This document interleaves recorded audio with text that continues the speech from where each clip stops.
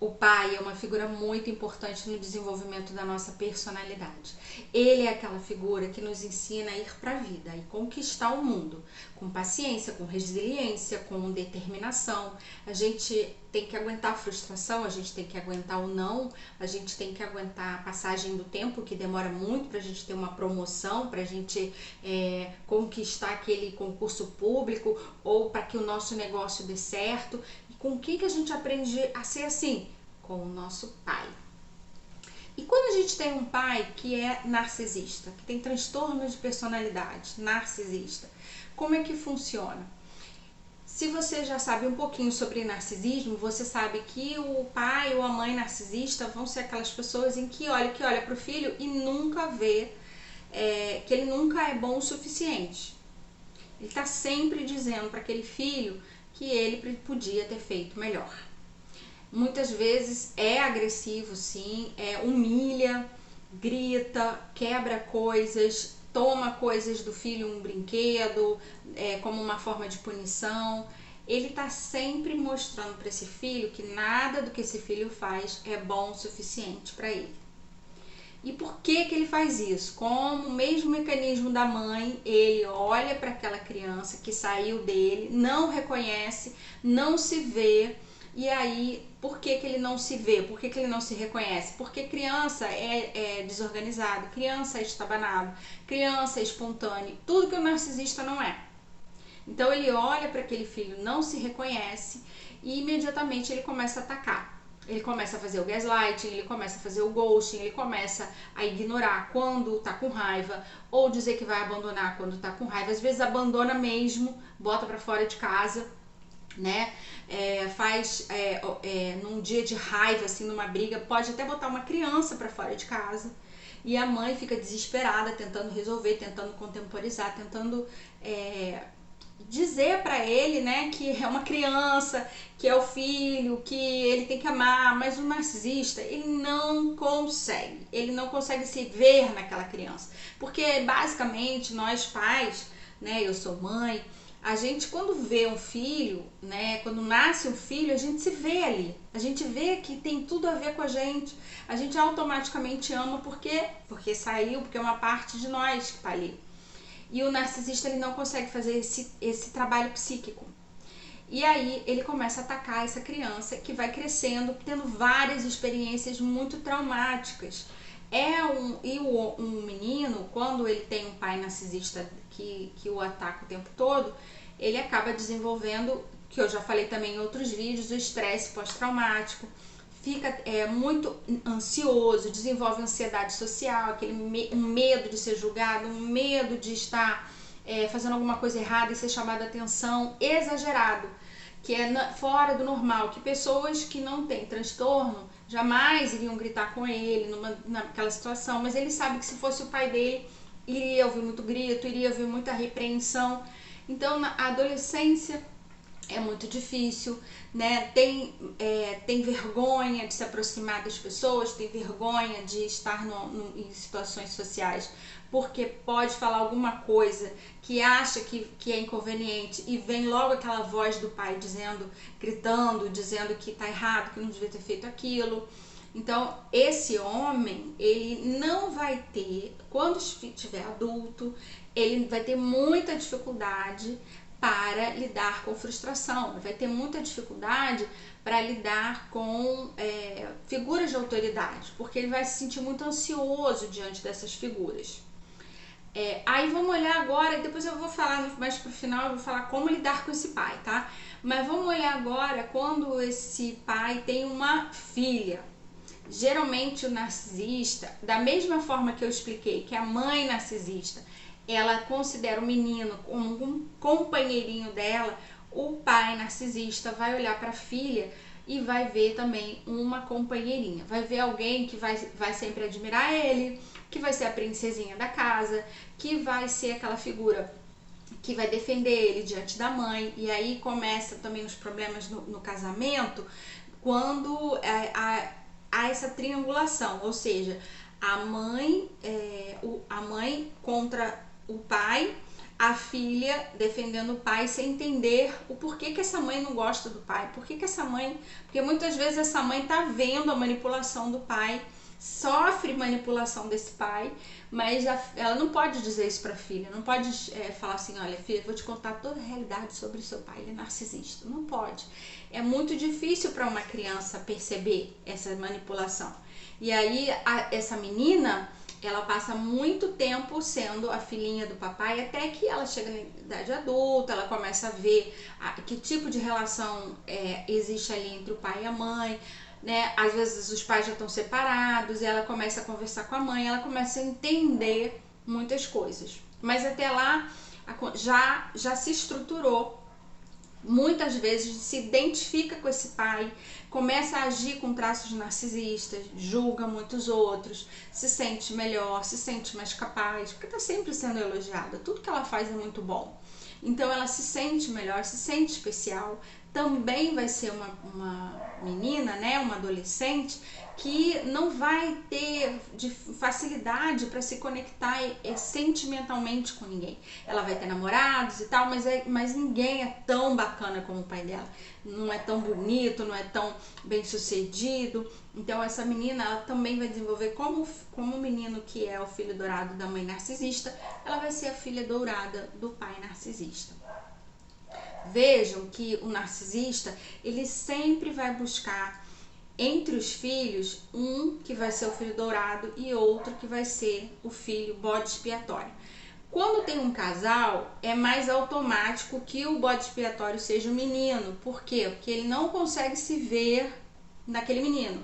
E agora, se tem dois meninos, duas meninas, isso vai acontecer também naturalmente. Sempre vai ter uma que vai se identificar mais com essa figura de força e vai querer imitar e vai querer ser parecida, e aí esse pai narcisista vai eleger essa filha como a filha dourada, e a outra que vai ser mais crítica, que vai olhar para ele com um olhar diferente, que talvez vai perceber mais a dinâmica de relacionamento ali com a mãe, de abuso, de negligência com essa mãe, de depreciação dessa mãe, né? E aí vai ficar fazendo um confronto aí constante com esse pai, e aí normalmente, né, automaticamente vai para a caixinha do filho bode expiatório, que nunca faz nada certo, que é um fracasso, que é uma vergonha. E como eu sempre digo, os filhos, eles entram no lugar que os pais colocam. Quando chega um filho na família, existe já um espaço ali que tem que ser preenchido, e os filhos vão direto para onde é determinado. Então, se tem um filho que tem que ser mais passivo, mais paciente, mais compreensivo, ele fica ali naquela posição. Se tem um outro que vai precisar falar mais da revolta que existe ali, da raiva, da insatisfação, dos relacionamentos, ele pode ser aquele que está sempre se rebelando, que está sempre passando dos limites, para mostrar, olha, tem algo errado aqui que ninguém está querendo falar, tem algo errado, tem um sentimento aqui que a gente está vivenciando que ninguém quer falar.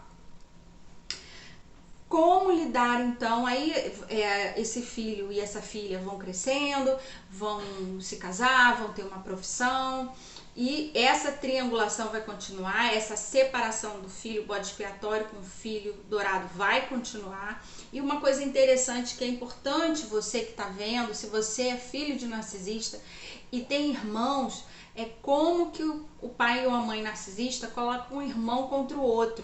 Isso é muito sério, porque o filho se identifica com o sentimento do pai.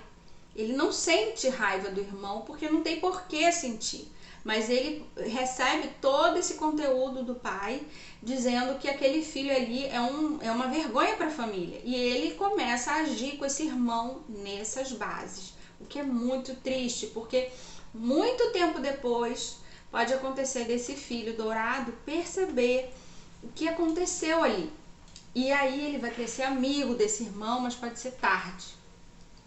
Tem um filme que eu vou colocar até aqui nos comentários, do Dustin Hoffman, onde ele é um pai narcisista, e é bem interessante a dinâmica que acontece ali entre os irmãos, que tentam ser amigos, tentam ser unidos, mas não conseguem, né?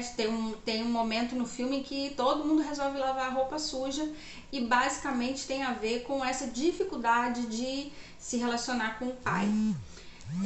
Não é fácil ter... Não é fácil, então, ter um pai narcisista, porque diante de todas essas dinâmicas aí distorcidas, onde ninguém tá vendo ninguém de verdade, os filhos não conseguem se estruturar em termos de como que eu vou viver a vida, como é que eu vou ter sucesso, como que eu vou escolher uma profissão, se eu não consigo me espelhar nessa pessoa que parece que é perfeita demais para ser meu pai e que não me aceita. Então, o que acaba acontecendo? Filhos, muitas vezes, dependentes economicamente desse pai, que esse pai acaba deixando que fique em casa muito tempo, nessa justificativa, não serve para nada mesmo, não consegue trabalhar, não consegue ter sucesso, não consegue terminar um curso, não consegue ficar 6 meses no emprego, então eu tenho que ajudar, né? O que eu vou fazer? É meu filho, né? E aí fala para os amigos, fala para as pessoas da família, né? Que tristeza que é ter aquele filho. Mas esse filho, ele não conseguiu receber do pai toda essa resistência para lidar com o mundo. Ele foi podado o tempo inteiro. Imagina uma árvore querendo crescer, querendo se expandir, e vem alguém toda hora, corta os galhos, e ela não tem força. Chega uma hora que a raiz, ela para de tentar puxar energia da terra, porque não tem condição, não vai poder crescer. E aí vira essa pessoa dependente, deprimida, muitas vezes vai para o psiquiatra, fazer tratamento psiquiátrico para depressão, porque tem algum problema com essa pessoa. E muitas vezes o problema é aquela relação mesmo. O filho dourado, por outro lado, ele sai de casa, ele tem um relacionamento, mas ele sempre vai ter essas questões aí do narcisismo passando pelas relações dele. Por quê? Porque ele captou isso pra ele, de ser muito bom, de ser especial, de não poder ser frustrado, de ficar com muita raiva quando é frustrado. Ele apresenta essas características, mas ele consegue ser, não é que ele tem um transtorno narcisista, mas ele passa muita dificuldade porque ele se acha bom demais para tudo aquilo ali. O que pode acontecer em termos profissionais, né? Pode ser uma pessoa que vai ter dificuldade para esperar o tempo certo para que as coisas aconteçam na vida dele, para ser promovido, não vai querer estudar durante anos para poder passar num concurso. Vai chegar uma hora que ele vai falar assim: ah, não, gente, isso não, eu não tenho que passar por isso, né? Eu ficar aqui estudando não vai valer a pena. Esse salário nem é tão bom assim, pra que eu tô fazendo isso? E aí desiste, ou abre um negócio e antes mesmo de um negócio começar a funcionar, já acha tão difícil, já vê tanta dificuldade, que já fala também, não, isso aqui é ridículo, eu ter que me sujeitar a isso e passar por isso tudo para poder ter um negócio. E vai perdendo oportunidades na vida, de ter sucesso, de ter prosperidade, de ser bem sucedido nos seus sonhos, nos seus projetos, porque acha que é especial demais para se sacrificar, para pagar o preço de ter alguma coisa que ele deseja. Ele acha que tudo tem que vir muito fácil. Como lidar com esse pai narcisista? Como evitar que esse dano que já vem sendo causado desde a infância só piore? Como curar tudo isso? Já que se você está aqui assistindo esse vídeo comigo, é porque você já está desconfiando que a relação com seu pai não é muito normal, que tem alguma coisa errada aí. E aí, se é isso mesmo, se você viu que o seu pai tem essas características que eu descrevi aqui, você pode se aprofundar mais, dar mais uma olhada nos outros vídeos que eu tenho aqui, onde eu explico melhor quais são os mecanismos de manipulação do narcisista, porque você vai ter que aprender a colocar limites. Se você é o filho bode expiatório, você vai ter que colocar limite no gaslighting, que são aqueles comentários, aquelas atitudes que depreciam o indivíduo, né? Depreciam o filho e fazem com que ele sinta inseguro em relação à sua maneira de ver a vida, de ver as coisas, inseguro para tomar decisões. Então você vai ter que botar limite nisso. Você vai ter que botar limite no ghosting, que são as ameaças de abandono e as práticas de abandono mesmo, real, né? Quando o narcisista ele para de falar com a pessoa, às vezes dentro de casa ignora a pessoa dias e dias, aprender a se defender desse tipo de comportamento. A difamação, as campanhas de difamação que o narcisista faz também com familiares, com amigos. Você vai ter, por exemplo, que cortar o acesso do seu pai a seus namorados, as pessoas que você tem relacionamento afetivo, porque ele pode procurar para falar mal de você. Então, aprender a colocar limite em tudo isso. Se você já é o contrário, se você já é o filho dourado, a filha dourada, a filhinha do papai, você tem que começar a observar se você não está sendo manipulada no sentido de defender esse pai diante da mãe, prejudicando sua relação com a sua mãe, prejudicando a relação com o seu filho, ficando do lado do seu pai, sem conseguir ver realmente o que está acontecendo ali. Procura entender melhor como é que é a sua relação com a sua mãe, como é a relação com o seu irmão, os seus irmãos. O que acontece nessas dinâmicas, se realmente vocês têm dificuldade ou se vocês estão sofrendo com essa manipulação de difamação que o narcisista faz dentro da própria família. Muito comum o pai ou a mãe narcisista falar mal do filho pro outro filho, falar assim, ó, não confia nele não, que ele vai te enganar, hein? Não confia, porque eu não confio. Começa a falar coisas assim muito, muito pesadas sobre o próprio filho e o filho dourado acha que, nossa, coitado do meu pai, coitado da minha mãe, né? De ter um filho assim. Verifica se realmente isso está acontecendo. Tenta conhecer mais essas pessoas que são a sua família.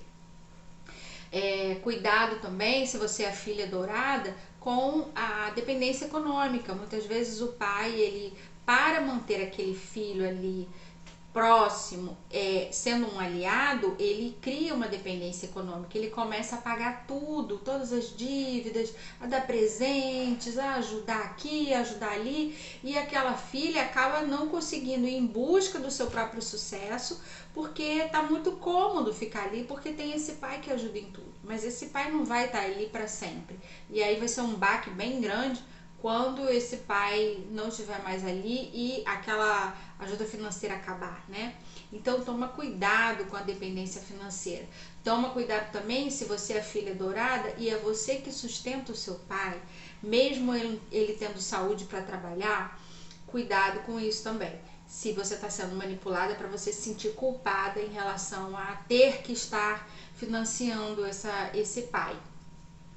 Quando você começa a ter mais e mais conhecimento sobre a sua vida, sobre a sua família, sobre o comportamento de todo mundo ali, você amplia a sua consciência e você começa um movimento de expansão que não termina mais e que mexe com todo o sistema familiar. Então, só o fato de você estar assistindo esse vídeo aqui agora já é um movimento de expansão para você entender mais o seu sistema familiar e trazer cura para algumas coisas que estão muito difíceis. Procura ajuda, faz terapia sistêmica que olha todo o sistema familiar, é super eficiente, eficaz nessas situações, nesse tipo de transtorno narcisista e borderline, porque ajuda a guardar no coração as coisas boas. Ninguém aqui tem que excluir nem o pai nem a mãe porque o pai tem um transtorno de personalidade. A gente não está aqui para criar demônios, para dizer, rotular as pessoas como pessoas do mal. Não, todos estão tentando encontrar sucesso na própria vida, só que algumas pessoas não conseguem perceber o mal que causam nos outros. E o narcisista é esse tipo de pessoa, ele não percebe mesmo. Ele tem uma autoimagem muito distorcida. A realidade para ele é muito distorcida. Mas não significa que é uma pessoa maligna. Não vamos colocar esse tipo de rótulo no pai e na mãe da gente. Mas temos que aprender sim a dar limite, a manter uma distância segura, se afastar fisicamente, conseguir independência econômica e vai para sua casa, né? Consiga sua independência econômica, vai para sua casa. Tem filhos de narcisistas que vão morar em outros países, porque é muito difícil. Mas ter essa distância e saber colocar limites, você não precisa ir para um outro país, para outra cidade. Você pode ficar próximo, mas mantendo o controle e colocando limites em todas essas características aí difíceis deles, ok? Espero que vocês tenham gostado do conteúdo. Compartilha, dá um joinha para o YouTube perceber que esse conteúdo é um conteúdo bom para ser compartilhado, para ser exibido. Deixa comentários, diz o que você achou. Se você quer falar sobre algum tema específico que tem a ver com narcisismo e borderline, deixa aí nos comentários. E toda semana um vídeo novo aqui. A gente se vê no próximo vídeo.